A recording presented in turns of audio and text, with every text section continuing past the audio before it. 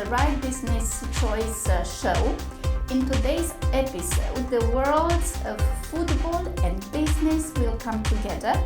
Whether you're a die-hard football fan or a savvy entrepreneur, this episode promises to offer you insightful discussions, expert analysis, and captivating stories that highlight the symbiotic relationship between football and business. And today we have the pleasure of discussing with two special guests. I would like to introduce to you Mr. Florin Şari. He is the CSR and Good Governance Manager for the Romanian Football Federation. Welcome, Mr. Şari. Hello. And Mr. Richard Pierce, a former Manchester City Football Club and Liverpool Football Club trainer, owner of a British football school. Welcome. Very nice to be here, thank you, Ada. Okay, now for us to start, I would like you to take a little bit turns and introduce yourselves for our public, in a nutshell to say so.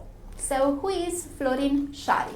Good morning, everyone. I'm Florin Şari, head of social responsibility today for the meeting with you in the Romanian Football Federation. Mainly, my job is to take a step forward with our football programs and to try to reach as deep as possible in the society, providing various formats of playing football, of being a volunteer, or maybe getting involved as a staff member or even supporter of football initiatives for everybody who has a calling, an interest, maybe a curiosity to experience Wonderful. football. We are very curious here at the Right Business Choice show and we'll have a lot of questions for you because this is a new field for us, to say so. Very interesting topic.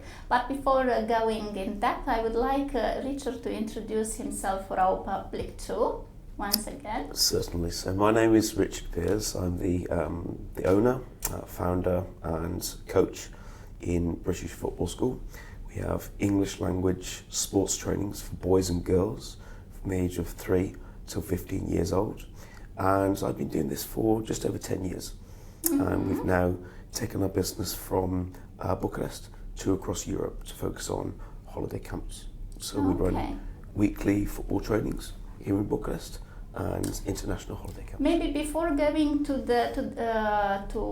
Florin and discussing the CSR aspects, maybe people would like to know the story behind your school. Gosh. And especially why it is called like this and how did it start? So I was very fortunate to go to university and study archaeology. Archaeology? And which might be the connection to... on my first week of university, I went to go and play for the football, the team in the archaeology. Okay. They did not have one. I set one up. I managed to recruit 20 players from 40 departments. Managed to get sponsorship from a local curry house. And so a business. I was the manager of the team, like player manager for the team at the age of 20 years old. The team's still going now, which is quite a pleasure. I've established something that's still ongoing. That's had a number of players, dozens of players going over the years, and that gave me an appetite to want to work in the world of sports. I was always a football fan since I was younger, a Liverpool fan at the age of 7 years old. Used to follow football, used to play football, and when I got into the management, it was a great opportunity to help others, bring a team together. To focus on building those bonds. And I met some wonderful friends through it. After university, I wanted to go into this world, but I didn't have so much experience at the top level. So thankfully, my university, Manchester University, had a partnership with Manchester City Football Club.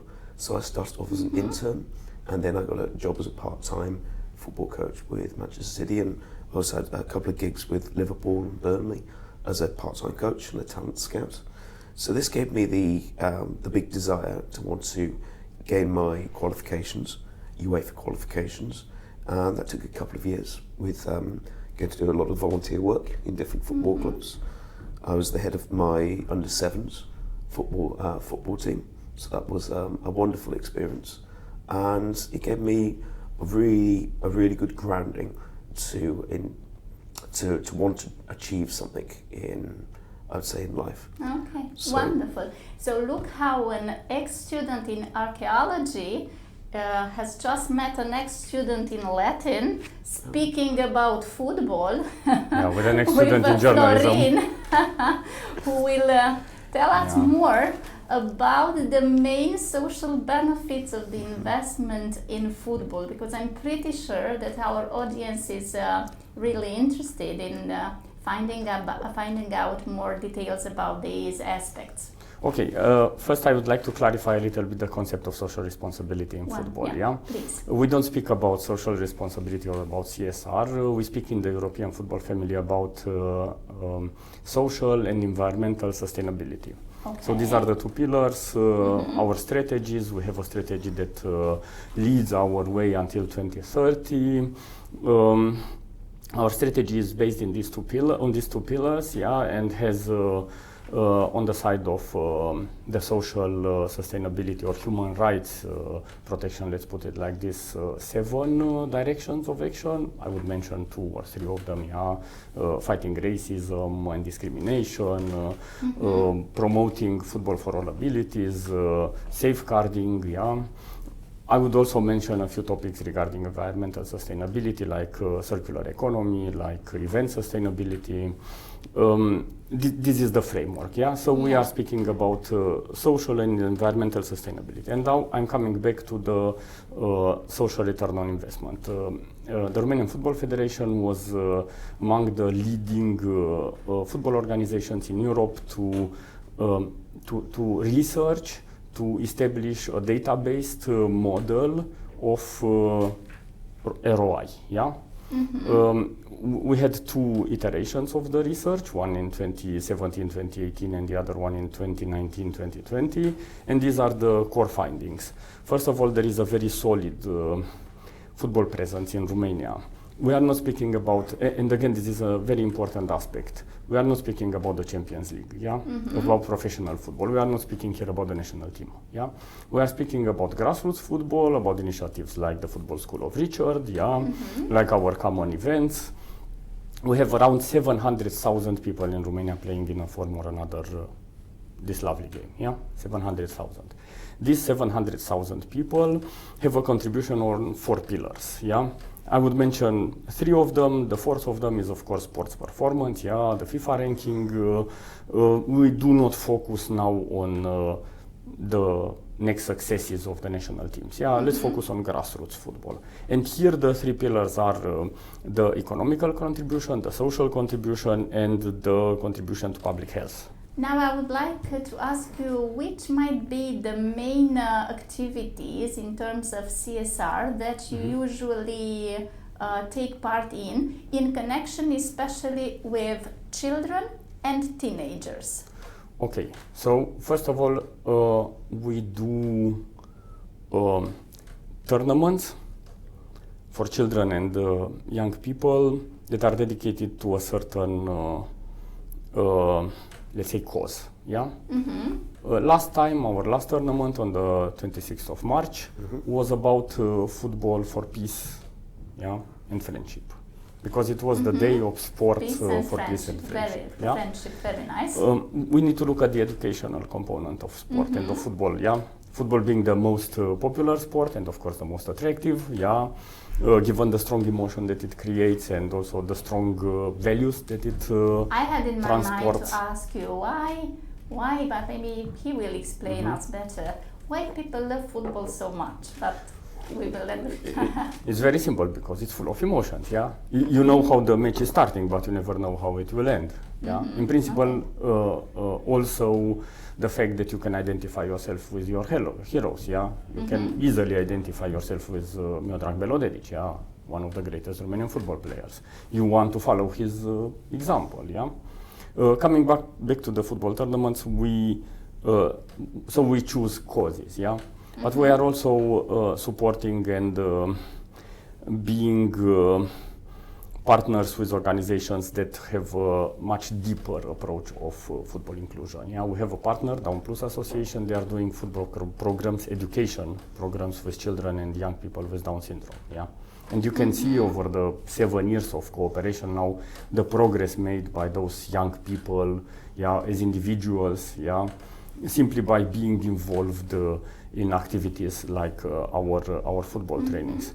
We do also a lot of football for all abilities. Yeah, so we have programs for blind people. We have now recently started an initiative to create a football environment for people with amputations. Yeah. Also, one thing that we need to take into consideration is the strong emotions that are shared inside those events. Wonderful. In the team. Yeah.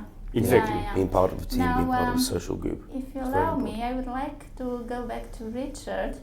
Now, we have spoken with Florin about their outreach work. Are there any CSR projects that you are currently undertaking? Well, yes, it's with great pleasure that we're partnering with the Football Federation to run international children's cups. In essence, bringing International Children's Cups, yeah, very interesting. In essence, children from How different... international, between inverted commas? Well, we had children visiting from Bulgaria in those tournaments, so okay. it's Coming truly... to Romania. Yeah, coming to Romania. Okay. So it's truly international in that regards, but it's a different international diaspora that live here and go to different schools, bringing those children from Turkey, from France, from Italy, Romania, Moldova, UK, for example.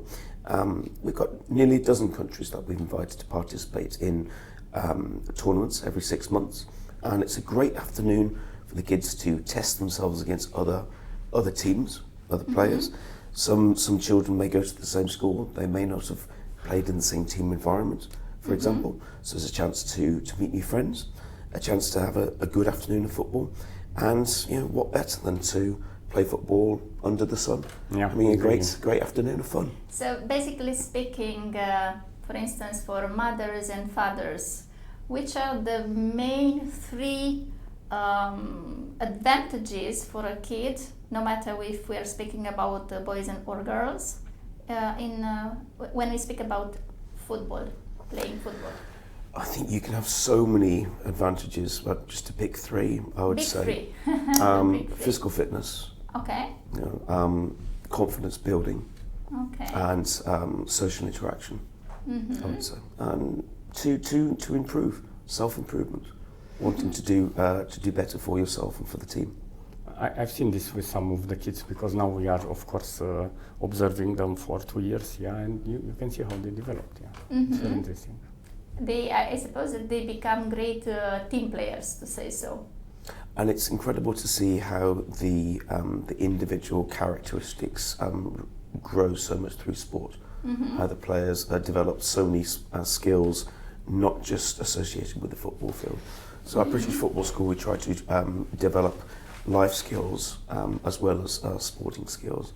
So it's great to see the kids coming alive in many ways. Speaking about this, which might be the newest thing that you brought on the market with your school? Well, we have something quite... Which is your philosophy, to say so?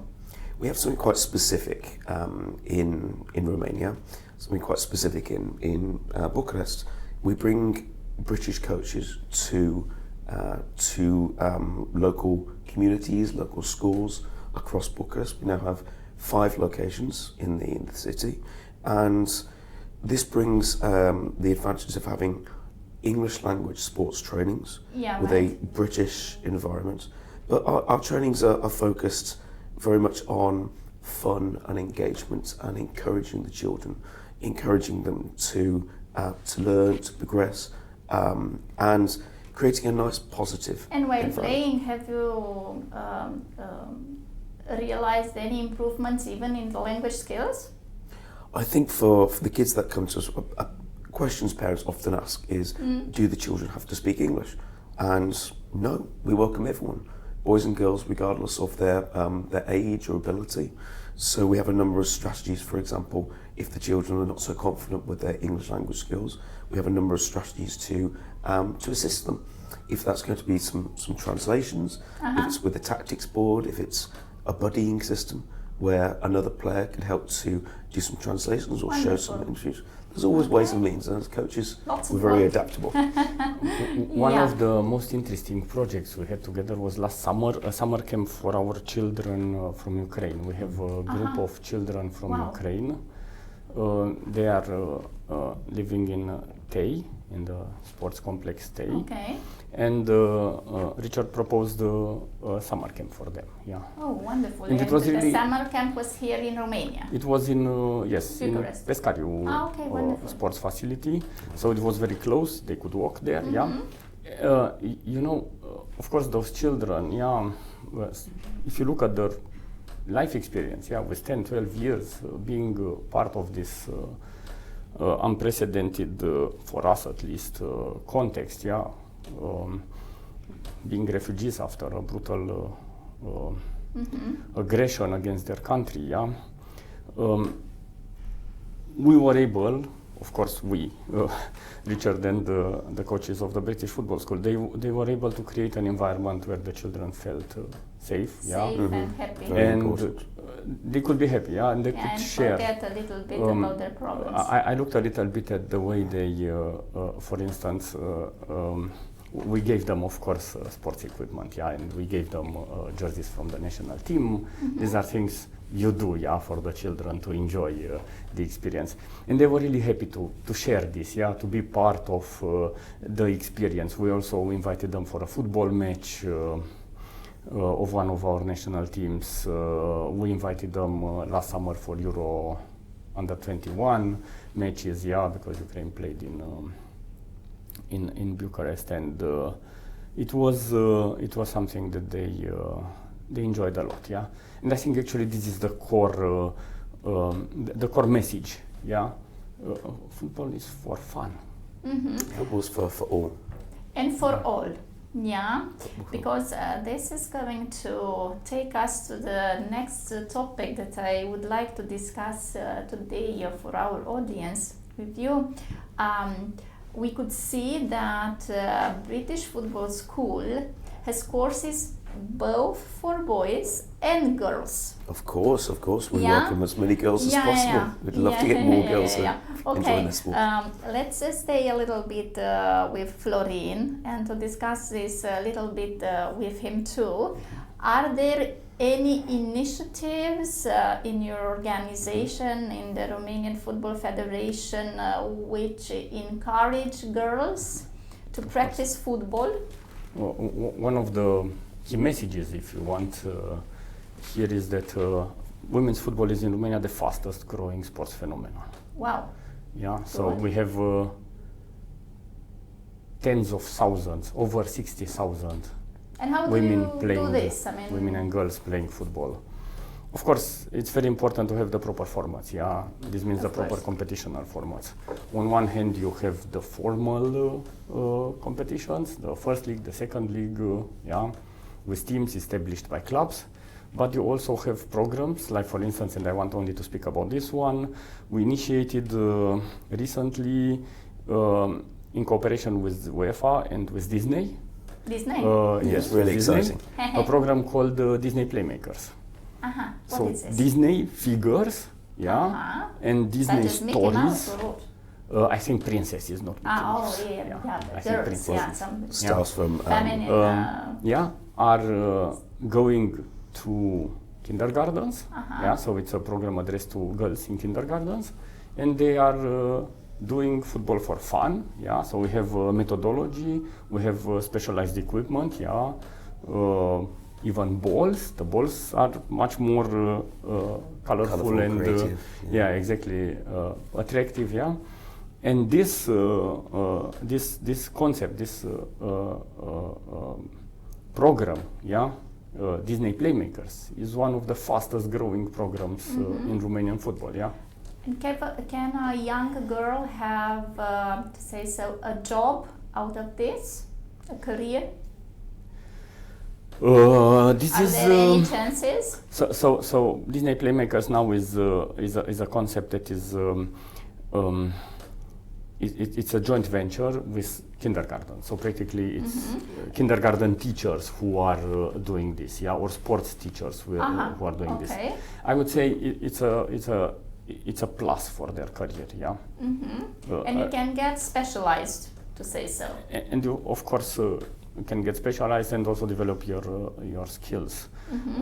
Another parallel initiative of ours that came to fruition this year, so we will have the classes starting with this autumn, is to create, in cooperation with the Ministry of Education, 5 football classes for girls in the high schools, sports high schools. Yeah? Okay, especially for them. Yes, yeah. Okay. So practically we are also working at educating training specialists. Yeah. Okay, so look how you can get a real job in the future when you are 2021, to say so. Am I right? I mean, whatever initiatives are very welcomed, because like I started at Manchester City, I went out to get an internship and I networked. I got to know very good people and learned a lot on the job, and it enhanced my career opportunities. Very much so, so very good initiatives. If I'm looking at, for instance, the volunteering program of the Romanian Football Federation, I would say that if in the beginning, in the very beginning, it was boys who wanted mostly to join the volunteering program, yeah. The situation has changed, not visibly, I would say dramatically, yeah. So there is a predominance of girls applying for volunteering positions, yeah. Okay. These going hand in hand with. So what are the volunteers? They are a pool of possible members of staff, yeah, of possible employees, yeah. And I looked again a little bit at the chances they have, yeah, to get a job in football. I'm of course very proud to see that our volunteers have this chance, yeah. So you can see them populate already positions in the federation, in clubs, yeah. Wonderful. And I think again this is the way actually things should go, yeah. You start as a volunteer, as an intern, then you find an opportunity, you develop, yeah. And in the end, you contribute to the development of the phenomenon, because we still have a lot of potential that is massive potential. Yeah. Speaking about potential, speaking about what might happen in the future. By the way, which do you consider that are your main achievements? Yeah, and what are your club's objectives and perspectives for the future? Which are your plans? Well, I am only grateful and quite proud to have stabilised after going through a very rocky time. First of all with Brexit, and then with the pandemic, and obviously we were affected in different ways by the war with Ukraine. So we've stabilised and we've managed to grow our numbers, grow our number of centres across the city to make it more convenient. I don't know, but following you all these years, so my personal feeling is that you not only that you stabilized, but you also grew a lot in the last years. We've grown, and we're ambitious at the same time. But we try to be more convenient for families, so we'll go to more locations. So we go to more locations across the city. So we've got centres in Băneasa, Pipera, in Tei, 2 bases in Tei, Străine Park and Pescarii Sport and Spa. And we go to some residential communities from time to time, such as Greenfield, and do some trainings there. And for the time being, as far as I know, you are operating only on the Bucharest market. We're looking at wider opportunities outside of Romania, and even here in Romania. Well, inside of Romania and outside of Romania. For example, on Friday, I was in Slovenia working at a new school, the French International School over there. Indeed, and a wonderful small community, very welcoming. Okay. It's the training will be also in English or in French for this. Precisely. So it's the power of what we can do. We can bring over British coaches to the local communities not only in Bucharest, outside of in different cities in Romania and different cities around Europe. We're running a holiday camp program where we're going to 6 countries this year. How do you convince your colleagues to come and live here and stay and work here? It's not a hard thing to do, because Bucharest is a wonderful place to be. It's fantastic weather, wonderful people. You have so many options to go and eat and drink and experience. Lovely coffees from so much across. And the fact that it's a very welcoming and growing market is a big advantage to us, because like Florin said there's fantastic potential with the growth and the development of women's football, for example. So it's certainly something that we'll be looking at into the future for next season to start girls' teams. Okay, it sounds very nice, and wish you a lot of good luck. Thank you very and much. Power to do this. Power is needed. Now that we are going towards the end of our meeting today, of our show, I would like to invite Florin to leave us with some conclusions for our audience and some, to say so, core messages for them. Well, the first conclusion is, if in the audience there is somebody who has a child that is of age of 5 or 6, it's a good experience for the child to try football. The sooner they start, the better they will be. And the other message is, of course, is as Richard said, football is for everybody. And it's to enjoy. For instance, I have very nice memories from my childhood with my parents, my uncles, my relatives watching the most important football games on TV, all together around popcorn and so on. It was a very nice atmosphere in the house, even if, honestly speaking, at least at that age, I wasn't interested in the football game itself. I was interested in all the atmosphere around it. Now, Richard, coming back to you, as a final conclusion and a message for our audience that you would like them to have from you.